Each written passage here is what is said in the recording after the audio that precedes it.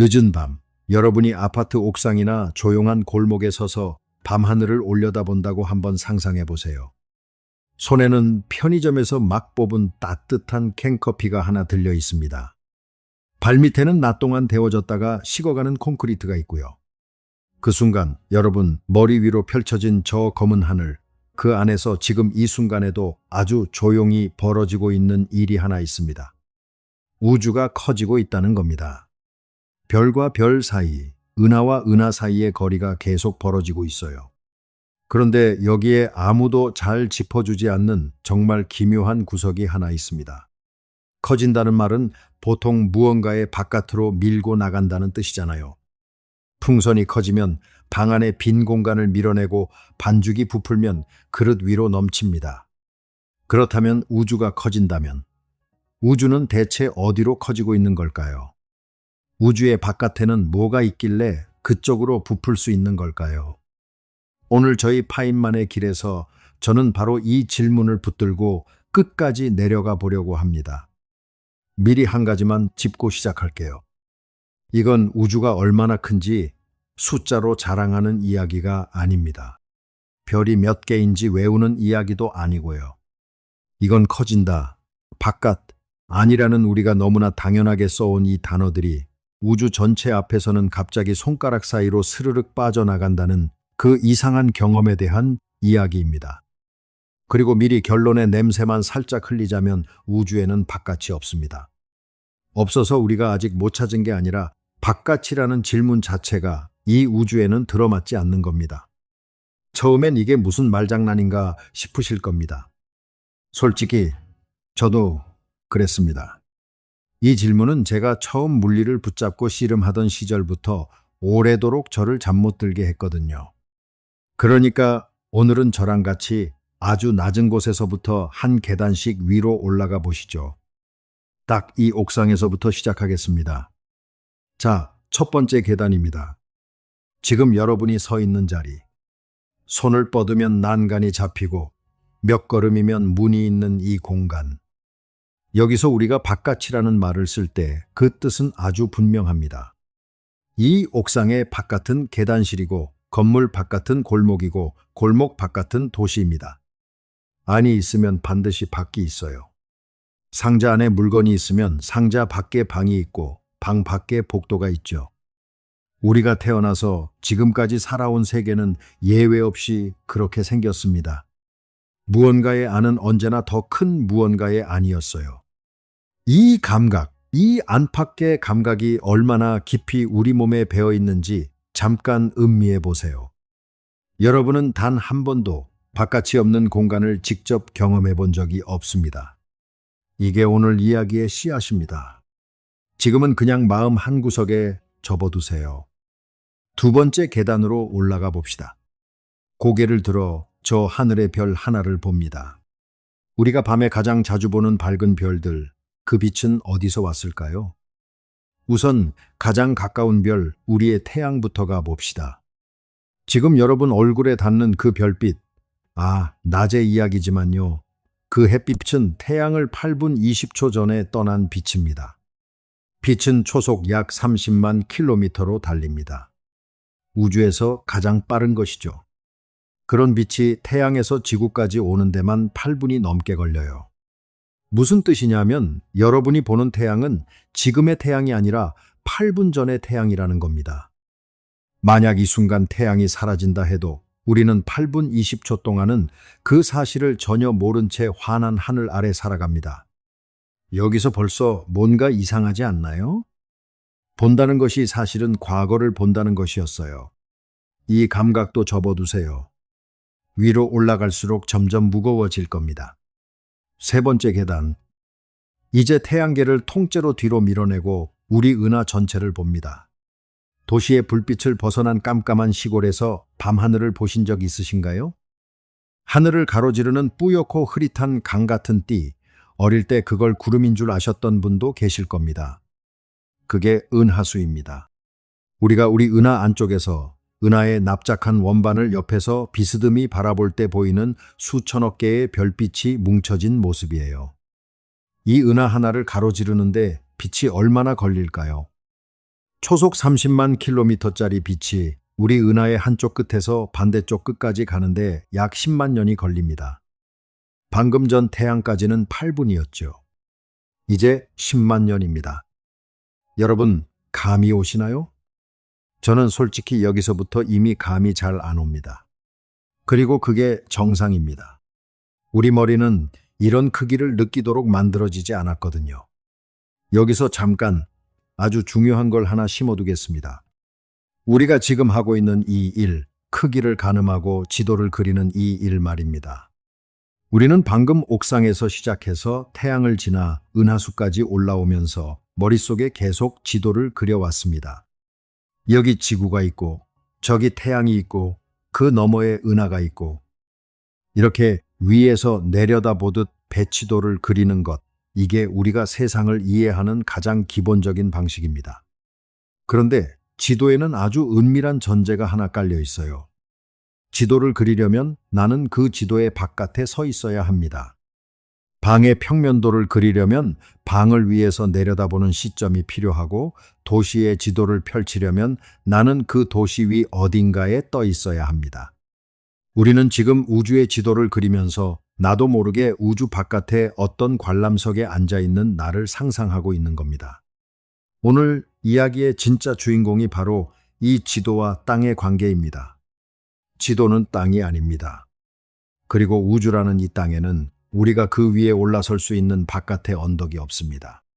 이 이야기는 계단을 올라갈수록 점점 더 무거워질 겁니다. 일단 계속 올라가 보죠. 네 번째 계단입니다. 우리 은하도 혼자가 아닙니다. 우리 은하는 안드로메다를 비롯한 수십 개의 은하들과 함께 국부 은하군이라는 작은 무리를 이루고 있고, 그 무리는 다시 처녀자리 초은하단이라는 더 큰 흐름에 속해 있으며, 그것마저도 라니아케아라고 불리는 수만 개의 은하가 거대한 강줄기처럼 얽혀 흐르는 초거대 구조의 일부일 뿐입니다. 여기까지 오면 이제 단위가 문제가 아닙니다.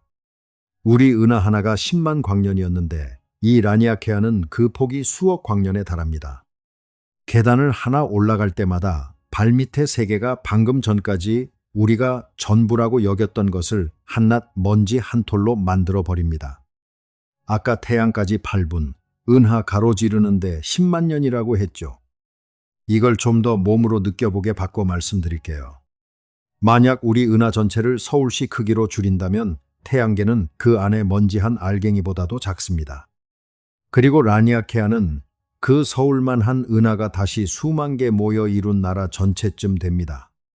이쯤 되면 바깥이 어디냐는 질문은 어떻게 됐을까요?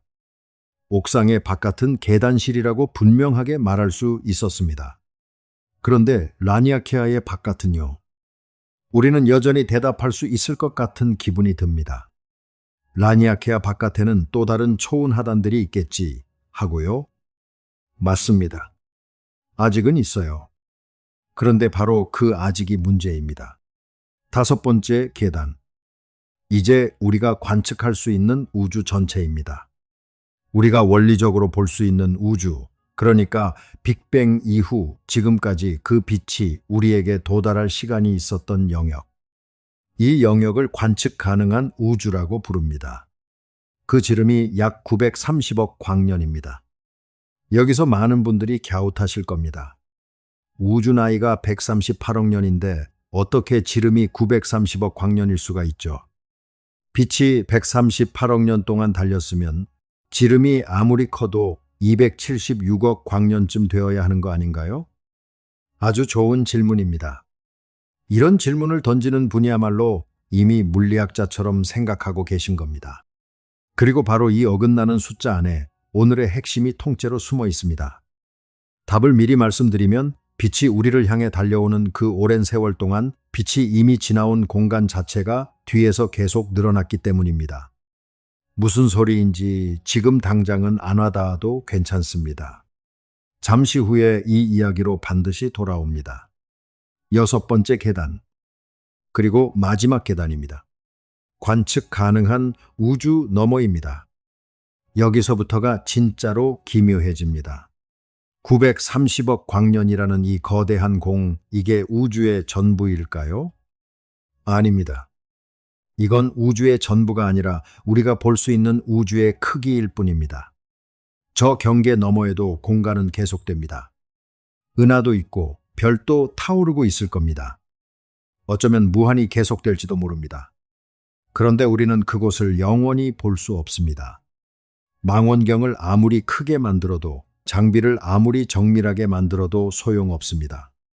이건 기술의 문제가 아니라 원리의 문제거든요.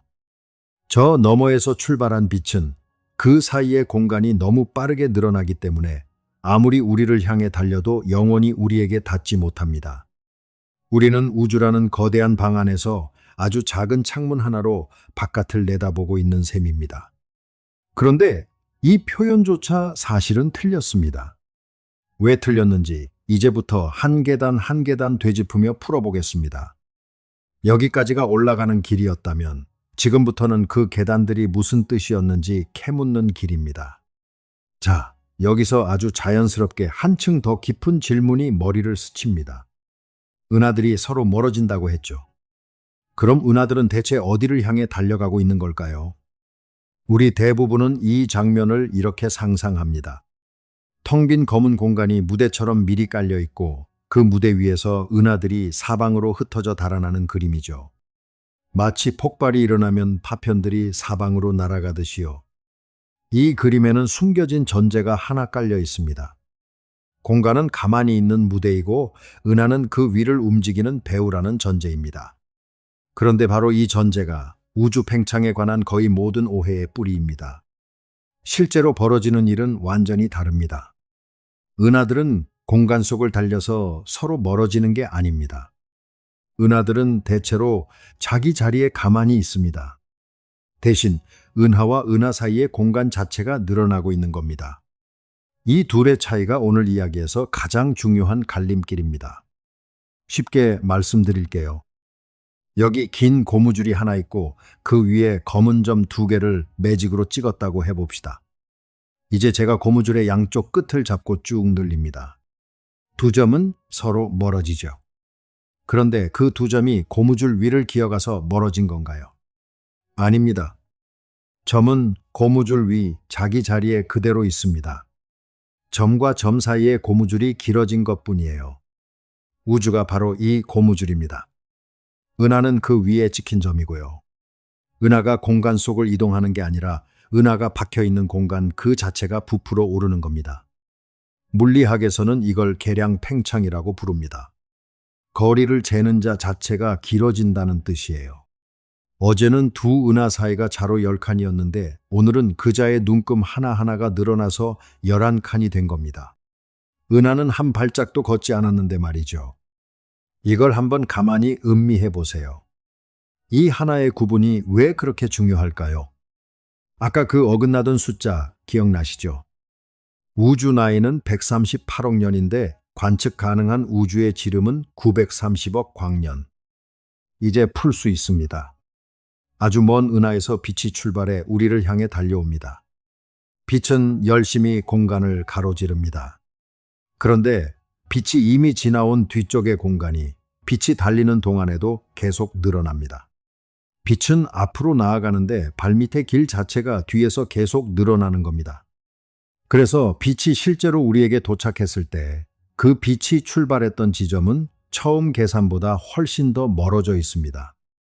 결과적으로 138억 년을 달려온 빛의 은하가 도망친 게 아니라 그 사이의 공간이 부푼 겁니다. 930억 광년이라는 숫자는 그래서 나옵니다. 이건 제가 지어낸 이야기가 아니라 아인슈타인의 일반 상대성 이론이라는 아주 정밀한 수학이 예측한 그림이고 실제 관측과도 맞아떨어집니다. 그런데 여기서 당연히 이런 반박이 드실 겁니다. 아니, 공간이 늘어난다니.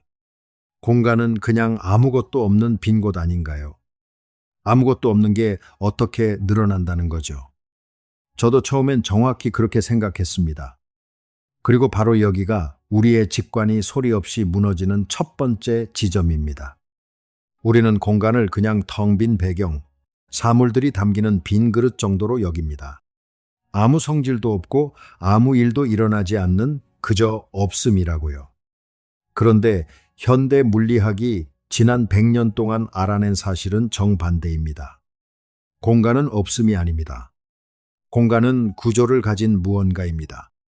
휘어질 수 있고 늘어날 수 있고 심지어 출렁이며 진동할 수도 있습니다. 무거운 별 주위에서 공간은 우묵하게 휘어지고 그 템 공간을 따라 행성이 굴러가는 것이 바로 우리가 중력이라고 부르는 현상입니다. 두 블랙홀이 충돌하면 공간 자체가 연못의 물결처럼 출렁이고 그 출렁임이 십수억 년을 건너와 지구의 측정 장비를 아주 미세하게 흔듭니다. 우리는 실제로 그 떨림을 잡아냈습니다. 중력파라고 부르죠. 텅 비어 보이는 그 공간이 실은 늘어나고 휘어지고 진동하는 아주 역동적인 무언가였던 겁니다. 명심하세요. 공간은 무대가 아니라 그 자체가 배우입니다. 자, 이제 오늘 이야기에서 제가 가장 좋아하는 부분입니다.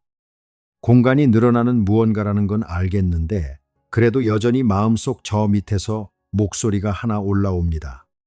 그래서 그 늘어나는 공간의 바깥은 대체 어디냐고요? 이 질문을 정면으로 다루기 위해 잠깐 눈을 감고 아주 구체적인 상상 하나를 같이 해보시죠. 서두르지 않겠습니다. 천천히 따라와 주세요. 여기 커다란 풍선이 하나 있습니다.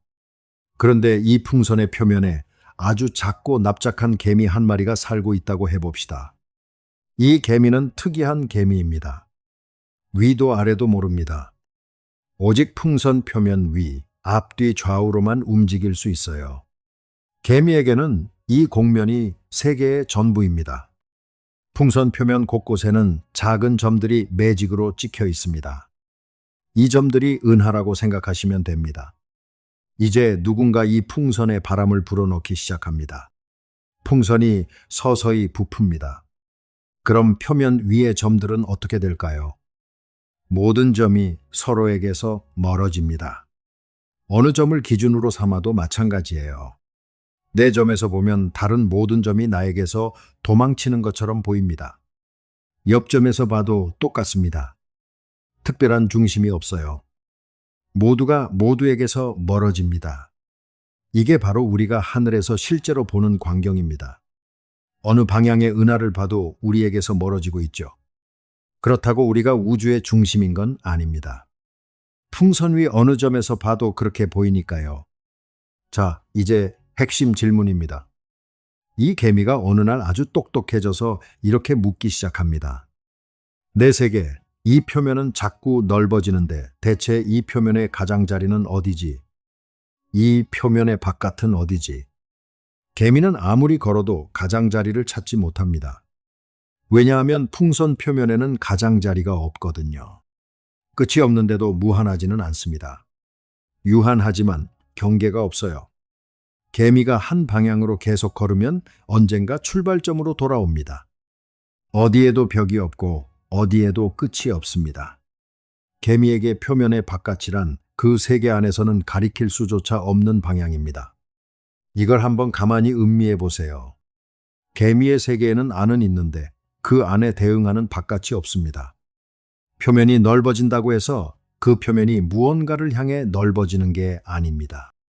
넓어짐 그 자체가 일어날 뿐 그 넓어짐이 밀고 나가는 상대편 공간 같은 건 개미의 세계에는 없는 겁니다. 이제 눈을 뜨셔도 됩니다. 우리가 바로 그 개미입니다. 개미가 2차원 공면 위에 살듯이 우리는 3차원 공간 안에 삽니다. 개미가 자기 표면의 바깥을 가리킬 수 없듯이 우리는 우리 공간의 바깥을 가리킬 수 없습니다. 우주가 커진다는 건 우주가 어떤 더 큰 텅 빈 공간을 향해 부푼다는 뜻이 아니라 우주 안의 모든 거리가 그저 늘어난다는 뜻입니다.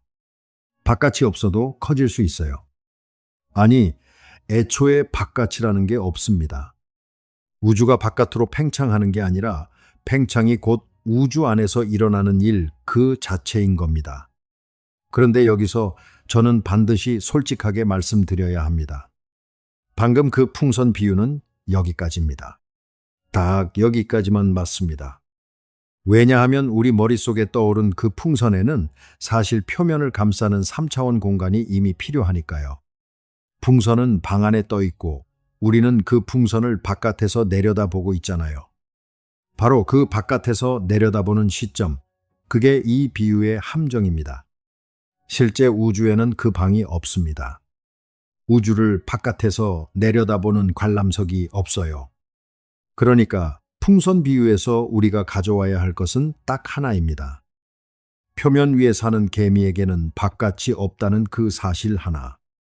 풍선이 방 안에 있다는 부분은 지금 즉시 머릿속에서 지우셔야 합니다. 비유는 문까지만 데려다주고 문 안으로는 우리 스스로 걸어 들어가야 합니다. 이게 비유라는 도구의 한계이자 정직함입니다. 여기서 저는 한 물리학자를 떠올립니다. 리처드 파인만이라는 사람인데요. 그는 어떤 개념을 진짜로 이해했는지 알고 싶으면 그것을 아무 배경 지식도 없는 사람에게 쉬운 말로 설명해 보라고 했습니다. 설명이 막힌다면 그건 사실 나 자신도 아직 이해하지 못한 거라고요. 그런데 파인만은 동시에 어떤 것들은 우리 직관이 도저히 그림으로 붙잡을 수 없다는 것도 아주 솔직하게 인정한 사람이었습니다. 저는 우주 팽창이 딱 그런 경우라고 생각합니다. 우리는 이걸 수학으로는 정밀하게 기술할 수 있고 관측으로 확인할 수도 있습니다. 그런데 머릿속에 완벽한 그림 하나로 떠올리려고 하면 반드시 어딘가에서 삐끗합니다. 그리고 그 삐끗함은 우리가 멍청해서가 아닙니다. 우리 직관이라는 도구가 애초에 옥상과 골목과 상자를 다루라고 만들어진 도구이기 때문입니다. 자, 여기서 한층 더 깊은 질문이 떠오릅니다. 아까 제가 지나가듯이 무서운 말을 하나 했어요. 어떤 은하들은 빛보다 빠르게 우리에게서 멀어진다고요. 잠깐만요. 빛보다 빠른 건 없다고 배우지 않았나요? 아인슈타인이 못을 박아놓지 않았습니까? 그 무엇도 빛보다 빠를 수 없다고요. 그런데 은하가 빛보다 빠르게 멀어진다니 이거 물리 법칙을 어기는 거 아닌가요? 이 질문 앞에서 많은 분들이 걸려 넘어집니다. 그리고 이걸 제대로 풀고 나면 오늘 이야기의 절반이 여러분 손안에 들어옵니다. 우선 다른 비유를 하나 가져오겠습니다. 풍선은 아까 방에 두고 왔으니까요. 이번엔 건포도 빵입니다. 오븐에 넣기 전에 반죽을 상상해 보세요. 그 안에 건포도들이 여기저기 콕콕 박혀 있습니다. 이 건포도들이 은하입니다. 이제 반죽이 오븐 안에서 부풀기 시작합니다. 반죽 전체가 골고루 부풀어요. 그럼 건포도 하나를 골라서 그 건포도의 입장이 되어 봅시다. 이 건포도가 볼 때 주변의 다른 건포도들은 모두 멀어집니다.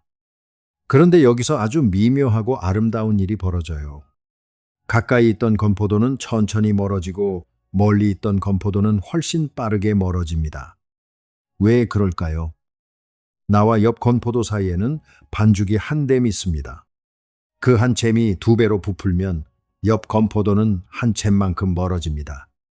그런데 나와 저 멀리 있는 건포도 사이에는 반죽이 10댐 있습니다. 그 10줌이 똑같이 2배로 부풀면 저 건포도는 10줌만큼이나 멀어져요. 같은 시간 동안 말이죠. 멀리 있을수록 사이에 낀 반죽이 많고 부푸는 반죽이 많으니 더 빨리 멀어져 잃는 겁니다. 이제 우주로 돌아옵시다. 은하도 똑같습니다. 멀리 있는 은하일수록 우리와 그 은하 사이에 낀 공간이 많습니다. 공간은 어디서나 골고루 늘어나니까 사이에 낀 공간이 많을수록 늘어나는 양도 커지고 그래서 더 빠르게 멀어집니다. 이게 100년 전, 그러니까 1920년대에 은하들의 빛을 하나하나 분석하던 천문학자들이 발견한 규칙과 정확히 일치합니다. 그들은 거의 모든 은하의 빛이 붉은 쪽으로 밀려 있다는 걸 발견했어요. 빛의 파장이 늘어나면 붉게 보이는데 이건 광원이 멀어질 때 나타나는 현상입니다. 구급차가 나를 지나쳐 멀어질 때 사이렌 소리가 낮게 늘어지는 것과 같은 원리죠. 그런데 더 놀라운 건 멀리 있는 은하일수록 그 붉어짐이 더 심했다는 겁니다. 멀수록 빠르게 멀어진다는 그 규칙이 실제 밤하늘의 빛 속에 고스란히 적혀 있었던 거예요. 우주가 팽창한다는 걸 우리는 이렇게 알아냈습니다. 누가 상상으로 지어낸 게 아니라 별빛을 분석한 결과가 그렇게 말하고 있었던 겁니다. 자, 이제 그 무서운 질문에 답할 준비가 됐습니다. 멀수록 빠르게 멀어진다면 아주 먼 은하는 어떻게 될까요? 충분히 멀리 있는 은하라면 그 사이에 낀 공간이 어마어마하게 많고 그 공간이 늘어나는 양을 다 합치면 그 은하가 멀어지는 속도가 빛의 속도를 넘어섭니다. 그럼 아인슈타인이 화를 낼까요? 아닙니다. 여기가 정말 중요합니다.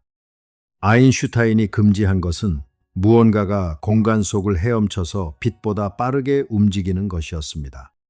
로켓이 공간을 가르며 빛보다 빨리 날아가는 것, 그건 불가능합니다.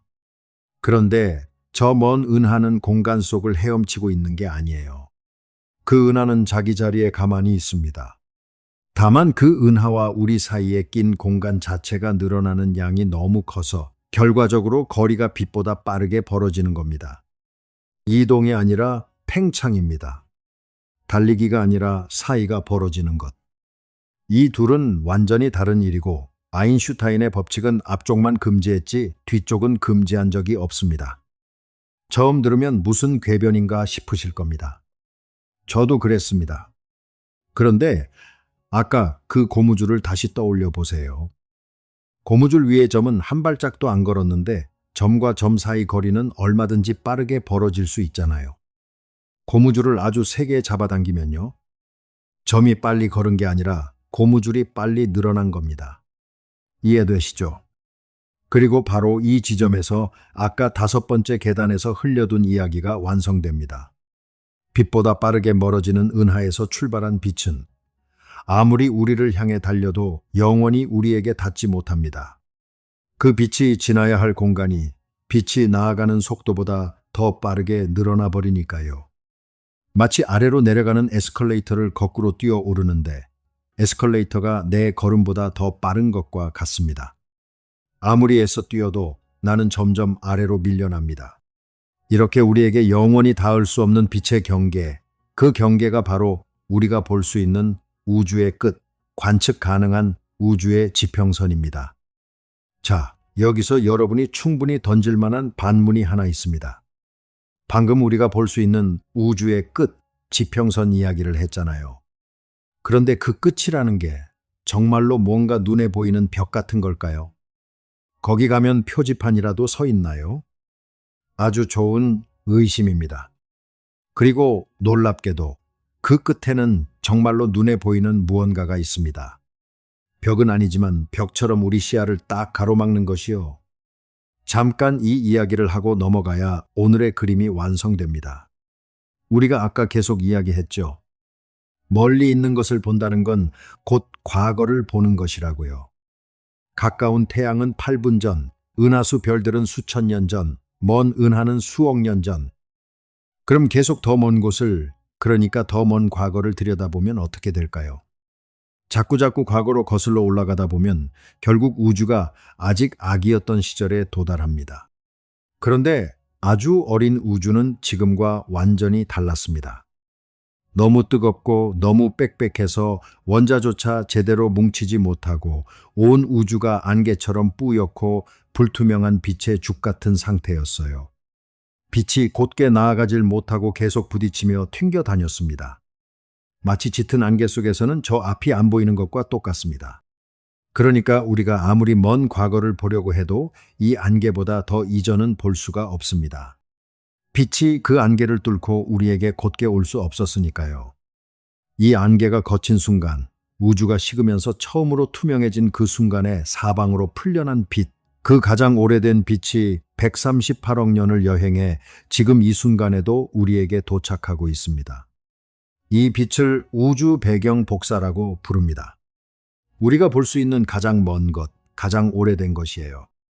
그 너머는 안개라서 원리적으로 볼 수 없습니다. 그러니까 우리 시야를 가로막는 그 지평선은 사실 텅 빈 검은 벽이 아니라 우주가 갓 태어났을 때의 첫 빛으로 이루어진 아주 은은한 배경이었던 겁니다. 여러분, 이걸 한번 가만히 음미해 보세요.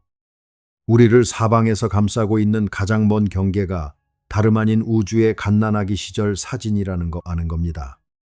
그리고 여기서 정말 소름 돋는 대목은요. 그 첫 빛도 138억 년을 날아오는 동안 공간이 늘어난 탓에 어마어마하게 파장이 늘어져 버렸다는 겁니다. 원래는 펄펄 끓는 뜨거운 빛이었는데 공간이 1000배 넘게 늘어나면서 그 빛도 함께 늘어나 지금은 눈에도 안 보이고 겨우 감지되는 아주 차가운 전파가 되어 우리에게 닿습니다. 그러니까 이 배경 복사 자체가 우주가 팽창해 왔다는 가장 확실한 물증인 셈이에요. 여기서 파인만식으로 한 가지만 짚고 갈게요. 이걸 이름만 아는 것과 실제로 무슨 일이 일어나는지 아는 것은 완전히 다릅니다. 우주 배경 복사라는 이름을 외우는 건 쉽습니다. 그런데 그게 사실은 우주가 처음 투명해진 순간의 빛이 팽창에 의해 늘어나 식은 것이라는 걸 그림으로 떠올릴 수 있다면 그건 이름이 아니라 작동을 이해한 겁니다.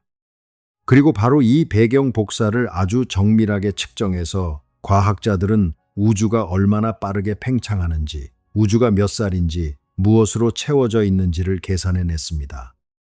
밤하늘의 가장 오래된 빛 한 겹에서 우주 전체의 이력서를 읽어낸 겁니다.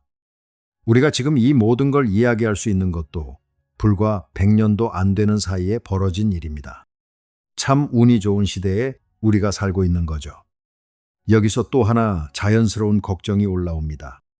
공간이 어디서나 늘어난다면 지금 이 순간 저와 여러분 사이의 거리도 늘어나고 있는 걸까요? 여러분, 몸속 원자와 원자 사이도 부풀고 있나요? 그러다 언젠가 우리 몸이 찢어지는 건 아닐까요? 다행히 그렇지 않습니다. 그리고 그 이유가 아주 우아합니다. 공간의 팽창은 아주 약한 힘입니다. 은하와 은하 사이처럼 그 사이에 그 힘을 붙잡아 둘 게 아무것도 없는 텅 빈 곳에서만 팽창이 이깁니다. 그런데 여러분의 몸은 전자기력이 원자들을 단단히 붙들고 있고 지구는 중력이 꽉 뭉쳐 놓았고 우리 은하도 중력으로 하나로 묶여 있습니다. 이렇게 힘으로 묶인 것들 안에서는 팽창이 그 힘을 이기지 못해서 아무 일도 일어나지 않습니다. 팽창은 오직 아무 것에도 묶이지 않은 은하들 사이의 광활한 빈터에서만 승리합니다. 그러니 여러분, 몸은 안전합니다. 우리 은하도 안드로메다와 함께 중력으로 묶여 있어서 오히려 서로 가까워지고 있죠. 팽창하는 건 어디까지나 묶이지 않은 거대한 공간들 사이입니다. 그런데 이제 정말로 이상한 이야기를 하나 해야겠습니다. 20세기 대부분 동안 과학자들은 이렇게 생각했습니다. 우주가 팽창하고는 있지만 모든 물질이 서로를 중력으로 끌어당기고 있으니 그 팽창은 시간이 갈수록 점점 느려질 거라고요. 마치 위로 던진 공이 중력 때문에 점점 느려지듯이요. 그래서 1990년대 후반 과학자들이 아주 먼 초신성들을 관측하면서 팽창이 얼마나 느려지고 있는지를 정밀하게 재려고 했습니다. 그런데 결과가 정반대로 나왔습니다. 팽창은 느려지고 있는 게 아니라 오히려 점점 빨라지고 있었습니다. 우주가 가속 팽창을 하고 있었던 거예요. 위로 던진 공이 느려지기는커녕 점점 빠르게 하늘로 솟구치는 것과 같은 일이 우주 전체 규모에서 벌어지고 있었던 겁니다.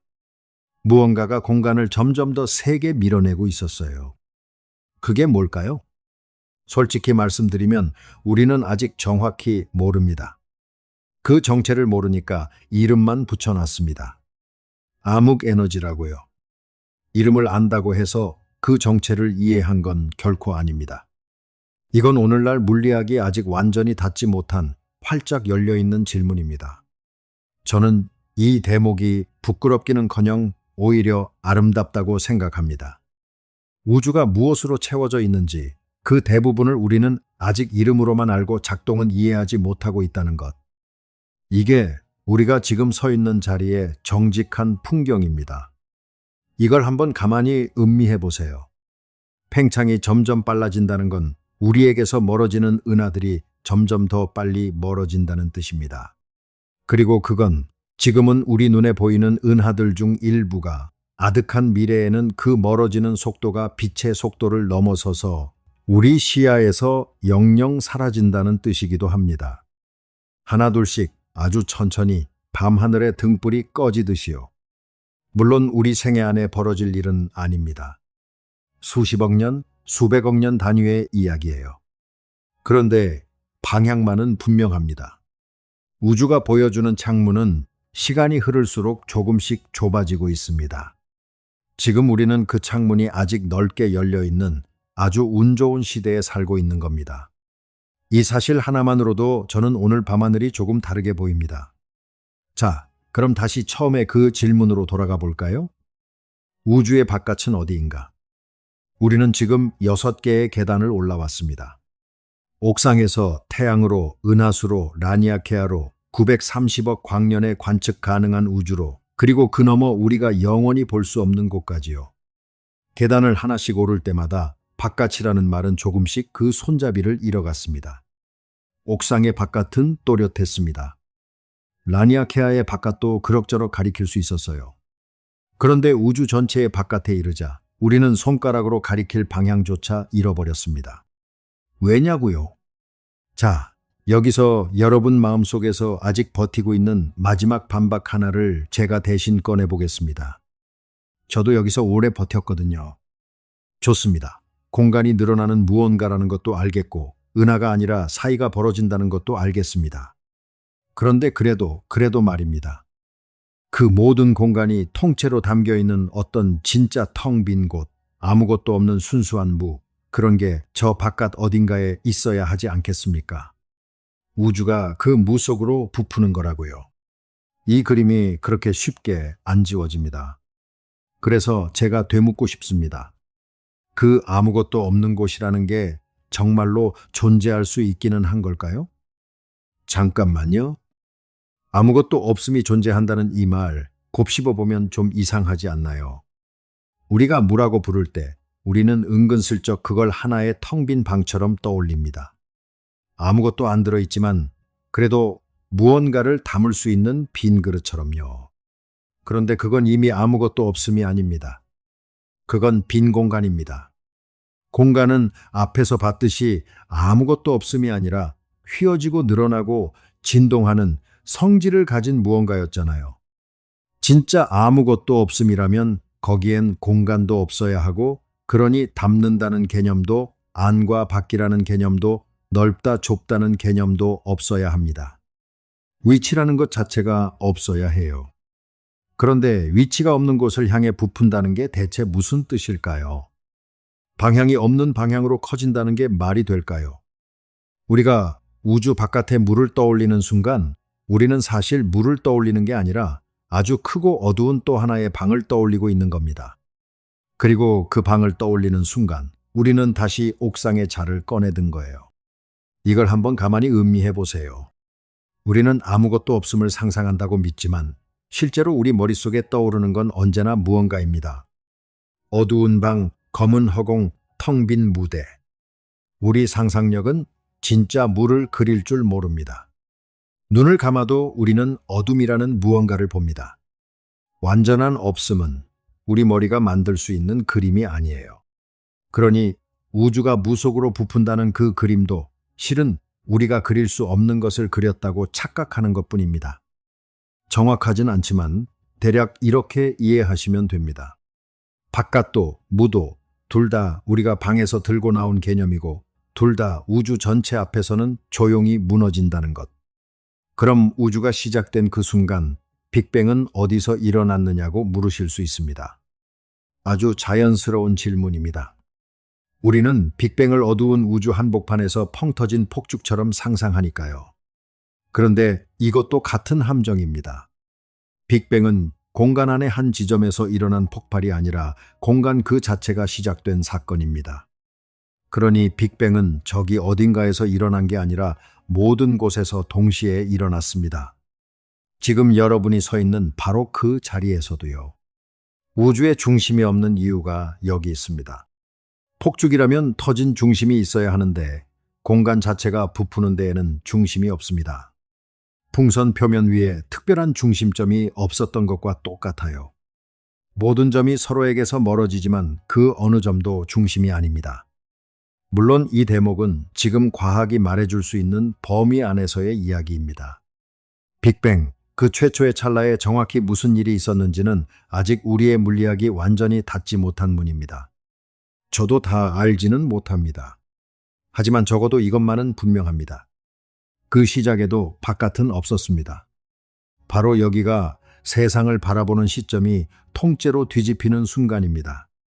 그동안 우리는 계단을 오르면서 나도 모르게 아주 은밀한 짓을 하나 하고 있었습니다. 매번 위로 올라갈 때마다 방금 떠나온 그 세계를 바깥에서 내려다보는 상상을 했던 겁니다. 태양계를 볼 때는 태양계 바깥에서, 은하를 볼 때는 은하 바깥에서, 라니아케아를 볼 때는 그 바깥의 어느 허공에서. 우리는 언제나 한 발짝 물러난 관람석에 앉아 있었어요. 그런데 우주 전체에 이르는 순간 그 관람석이 사라집니다. 왜냐하면 우주는 이미 모든 것이거든요. 공간도, 시간도, 물질도, 에너지도 전부 우주 안에 있습니다. 우주 바깥에 서려면 공간 바깥에 서야 합니다.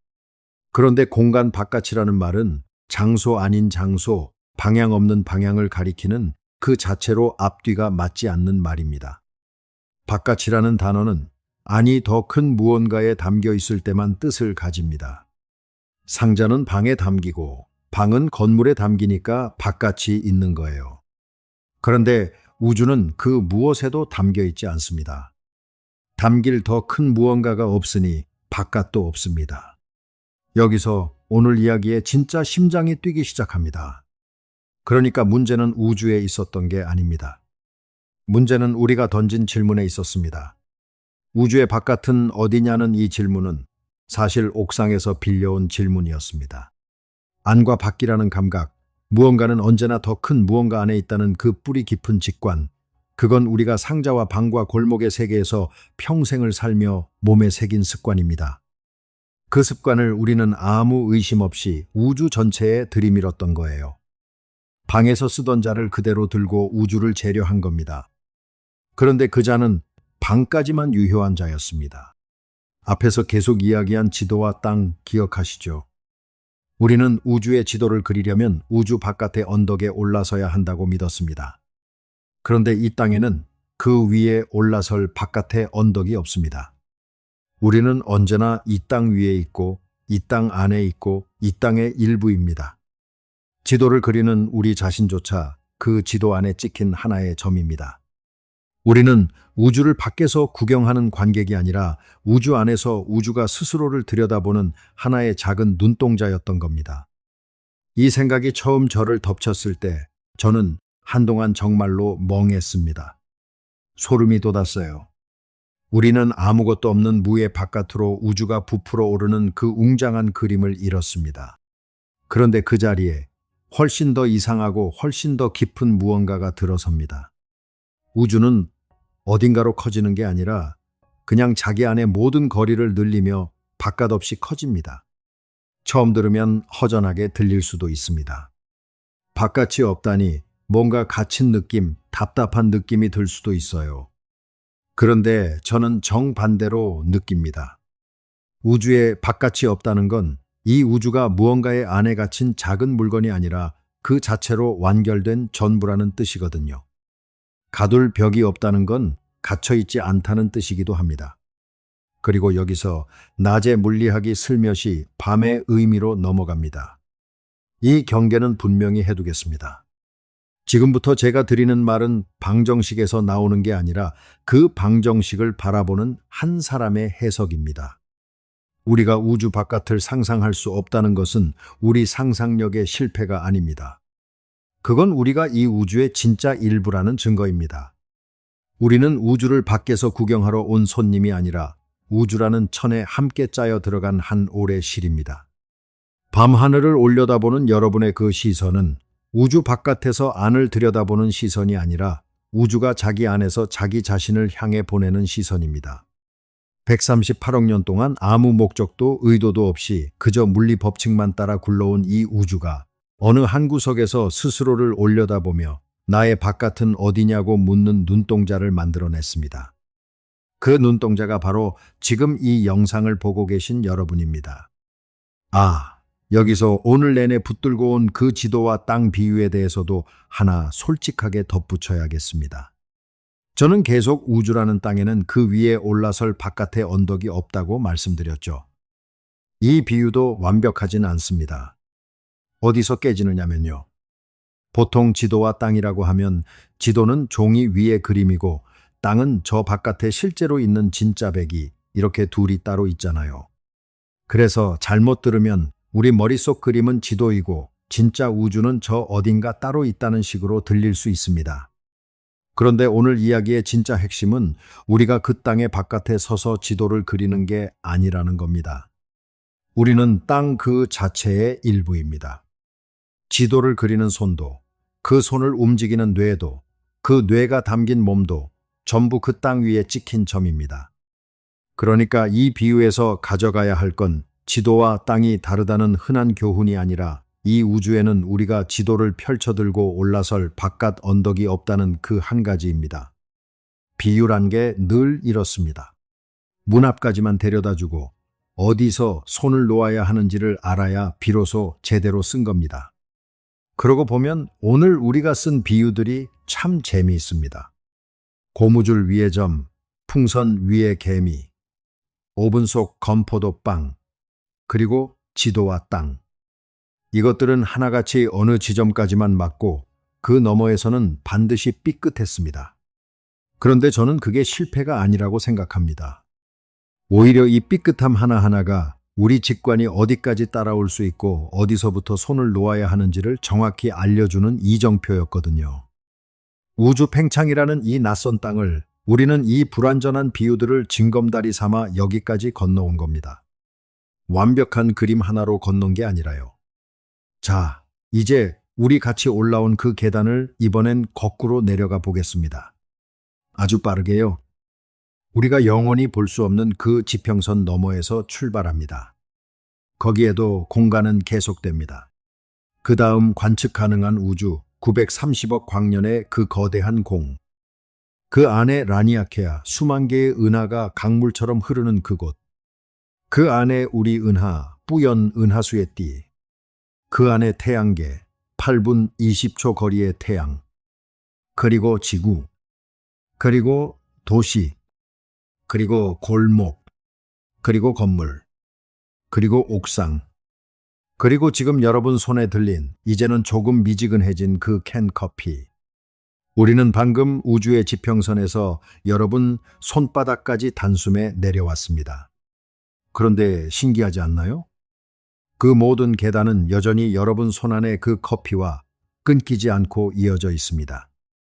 여러분과 저 지평선 너머 사이에는 벽도 없고 경계도 없고 바깥도 없습니다. 하나의 이어진 공간, 하나의 이어진 우주가 있을 뿐입니다. 여러분은 그 우주 바깥에서 그것을 구경하고 있는 게 아니라 그 이어진 공간의 한 지점에 지금 이렇게 서 있는 겁니다.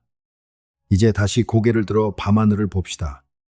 아까와 같은 하늘인데 완전히 달라 보일 겁니다. 저 별빛 하나하나는 수백 년, 수천 년, 어떤 것은 수백만 년 전에 출발한 빛입니다. 그러니까 여러분이 지금 보는 것은 저 별의 현재가 아니라 과거입니다. 어떤 별은 지금 이 순간 이미 사라졌을 수도 있어요. 그런데 그 빛이 여러분 눈에 닿기까지 그 긴 여행을 하는 동안 그 빛이 가로질러 온 공간 자체도 내내 늘어나고 있었습니다. 그 빛은 그냥 어두운 허공을 건너온 게 아니라 여행하는 동안 발밑의 길이 계속 늘어나는 그 늘어나는 공간을 뚫고 우리에게 온 겁니다. 그러니까 밤하늘을 올려다본다는 것은 단순히 먼 곳을 보는 게 아닙니다. 그건 과거를 보는 것이고 동시에 이 우주가 팽창해온 그 역사를 통째로 눈에 담는 일입니다. 여러분 눈동자 안에 138억 년의 시간이 빛의 형태로 고요히 맺히는 겁니다. 저는 이 대목에서 늘 어릴 적 기억 하나가 떠오릅니다. 자랑처럼 들리지 않았으면 좋겠는데요. 도시를 한참 벗어난 어느 캄캄한 곳에서 처음으로 진짜 밤하늘을 봤을 때 저는 그게 별인지도 몰랐습니다. 하늘 전체가 뿌옇게 번져 있어서 그냥 옅은 구름인 줄 알았어요. 그게 다 별이라는 걸, 은하수라는 걸 나중에야 알았습니다. 그때 제 안에서 이상한 감각이 하나 올라왔습니다. 저 빛과 나 사이에 어떤 근본적인 단절이 없다는 느낌. 저것과 나는 다른 재료로 만들어진 게 아니라는 느낌. 그때는 그게 뭔지 설명할 수 없었습니다. 그런데 오랜 시간이 지나 우주 팽창을 공부하면서 저는 그 감각의 정체를 조금 알게 됐습니다. 저 별빛과 나는 정말로 단절되어 있지 않았습니다. 우리는 같은 하나의 공간, 바깥 없는 그 하나의 우주 안에서 끊김없이 이어져 있었으니까요. 그 어린아이가 느낀 건 감상이 아니라 어쩌면 아주 정확한 물리적 사실이었는지도 모릅니다. 물론 이건 방정식이 아니라 제 개인적인 해석입니다. 자, 이제 결론부터 말씀드리겠습니다. 오늘 우리는 아주 단순해 보이는 질문 하나에서 출발했습니다. 우주가 커진다면 대체 어디로 커지는가? 우주의 바깥은 어디인가? 그리고 계단을 6개 올라간 끝에 우리는 이 질문에 대한 가장 정직한 답에 도착했습니다. 그 답은 바깥은 없다는 것이었습니다. 그런데 이건 우리가 아직 못 찾았다는 뜻이 아니라 바깥이라는 질문 자체가 이 우주에는 애초에 들어맞지 않는다는 뜻이었어요. 우주는 무언가의 안으로 부풀어 오르는 풍선이 아닙니다. 우주는 자기 안의 모든 거리를 늘리며 감쌀 바깥 없이 커집니다. 은하들은 공간 속을 달려 도망치는 게 아니라 그 사이에 공간 자체가 늘어나면서 멀어집니다. 이동이 아니라 팽창이고 달리기가 아니라 사이가 벌어지는 것. 이 하나의 구분이 오늘 이야기 전체를 떠받치는 기둥이었습니다. 우리는 오는 길에 몇 가지 이정표를 지나왔죠. 138억 년밖에 안 된 우주의 지름이 어떻게 930억 광년일 수 있는지 그 어긋난 숫자의 비밀을 풀었습니다. 빛이 달려오는 동안 뒤쪽 공간이 늘어났기 때문이었어요. 100년 전 천문학자들이 별빛의 붉어짐, 그 적색 편의 속에서 우주의 팽창을 읽어냈다는 것도 봤습니다. 풍선 위의 개미에게 표면의 바깥이 없듯이 우리에게도 공간의 바깥이 없다는 것도 함께 넘었고요. 물론 그 풍선 비유가 어디서 깨지는지도 솔직하게 짚었습니다. 건포도, 빵이 부풀 때 멀리 있는 건포도가 더 빨리 멀어지듯 먼 은하가 더 빨리 멀어진다는 것, 그리고 그게 왜 빛보다 빨라도 아인슈타인이 화내지 않는지도 풀었습니다. 그 은하는 공간 속을 헤엄치는 게 아니니까요. 그리고 마지막으로 그 팽창을 점점 빠르게 밀어붙이는 암흑 에너지 앞에서 우리는 아직 이름만 알고 작동은 모른다는 사실을 부끄러워하지 않고 그대로 인정했습니다. 그런데 오늘 이야기에서 가장 중요한 건 사실 우주에 대해 하나를 더 알게 된 게 아니었습니다. 우리 자신에 대해 하나를 알게 된 것이었어요. 우리가 우주의 바깥을 상상하지 못하는 이유는 우리 머리가 나빠서가 아니라 우리가 이 우주의 진짜 일부이기 때문이라는 것. 우리는 상자와 방과 골목의 세계에서 안과 밖이라는 자를 만들었고 그 자는 그 세계 안에서는 완벽했습니다. 다만 그 자를 우주 전체에 들이대는 순간 자가 손 안에서 스르륵 녹아내렸을 뿐입니다. 그건 자가 고장난 게 아니라 그 자가 원래 그렇게 큰 것을 재라고 만들어진 물건이 아니었던 겁니다. 이걸 아는 것과 모르는 것은 하늘과 땅 차이입니다. 이걸 알고 나면은 답을 모른다는 것이 더 이상 실패로 느껴지지 않습니다. 오히려 우리가 얼마나 멀리까지 물어볼 수 있는 존재인지를 알게 되죠. 무섭게 들리실 수도 있습니다. 바깥이 없는 우주, 우리가 영원히 볼 수 없는 지평선, 하나둘 꺼져갈 미래의 별들. 저도 처음엔 조금 서늘했습니다. 그런데 계단을 다 오르내리고 나서 제게 남은 감정은 두려움이 아니라 이상하게도 아주 깊은 평온이었습니다. 왜냐하면 우리는 우주 바깥의 차가운 관람석에 홀로 앉은 구경꾼이 아니라 이 따뜻하게 이어진 공간의 한 지점에 지금 이렇게 살아서 서 있는 존재라는 걸 알게 됐으니까요. 저 지평선 너머의 은하까지 벽 하나 없이 우리는 이어져 있습니다. 우리는 갇힌 게 아니라 그 무엇에도 담기지 않은 전부의 일부입니다. 이제 이야기를 맺겠습니다. 오늘 밤 혹시 잠들기 전에 잠깐 창밖을 내다볼 여유가 있으시다면 딱 한 가지만 떠올려 주셨으면 좋겠습니다. 저 하늘에 박힌 별들, 그 별들을 담고 있는 공간이 지금 이 순간에도 아주 조용히 늘어나고 있다는 것. 별들이 서로 달아나는 게 아니라 그 사이가 벌어지고 있다는 것. 그리고 그 벌어짐에는 바깥이 없다는 것. 그것이 더 큰 무언가 안에서 일어나는 일이 아니라 그것이 곧 전부라는 것 말입니다. 그 사실을 머릿속에 완벽한 그림 하나로 붙잡지 못하셔도 괜찮습니다. 저도 못합니다. 아마 그 어떤 물리학자도 그걸 옥상 풍경처럼 선명하게 떠올리지는 못할 겁니다. 중요한 건 완벽하게 그려내는 게 아니라 그 이상함 앞에 잠깐 멈춰서 보는 겁니다. 회피하지 않고 억지로 아는 척하지도 않고 그저 그 앞에 서서 조용히 경이로워하는 것. 처음에 우리는 이 질문이 그냥 말장난처럼 들렸습니다. 우주가 커지면 커지는 거지 뭘 그리 복잡하게 따지냐고요. 그런데 여기까지 함께 내려와 보니 어떠신가요? 그 단순한 질문 하나가 공간이 무엇인지, 시간이 무엇인지, 그리고 그 안에서 그것을 올려다보는 우리가 무엇인지까지 통째로 뒤흔들어 놓았습니다. 저는 이게 이 우주가 우연히 만들어낸 가장 신기한 일이라고 생각합니다. 아무런 목적도, 아무런 의도도 없이 138억 년을 굴러온 물리 법칙이 어느 작은 행성 위에 자기 자신을 올려다보며 나의 바깥은 어디냐고 묻는 존재를 만들어냈다는 것. 그 물음에 완벽하게 답하지 못하면서도 끝내 묻기를 멈추지 않는 존재를요. 그 존재가 지금 식어버린 캔커피를 손에 들고 밤하늘 아래 서 있습니다. 그게 여러분입니다. 우주는 여러분을 위해 만들어지지 않았습니다. 그런데 여러분은 그 우주를 궁금해하도록, 올려다보도록, 물어보도록 여기 있습니다. 저는 그거면 충분하다고 생각합니다. 오늘 하루 이 바깥 없는 우주 안에서 이렇게 살아 숨쉬고 있는 이 짧은 순간을 조금만 더 가만히 음미해 보시길 바랍니다. 그럼 저는 다음 시간에 또 하나의 조용하고 기묘한 질문을 들고 여러분 곁으로 돌아오겠습니다. 오늘도 끝까지 함께 내려와 주셔서 고맙습니다. 편안한 밤 되세요.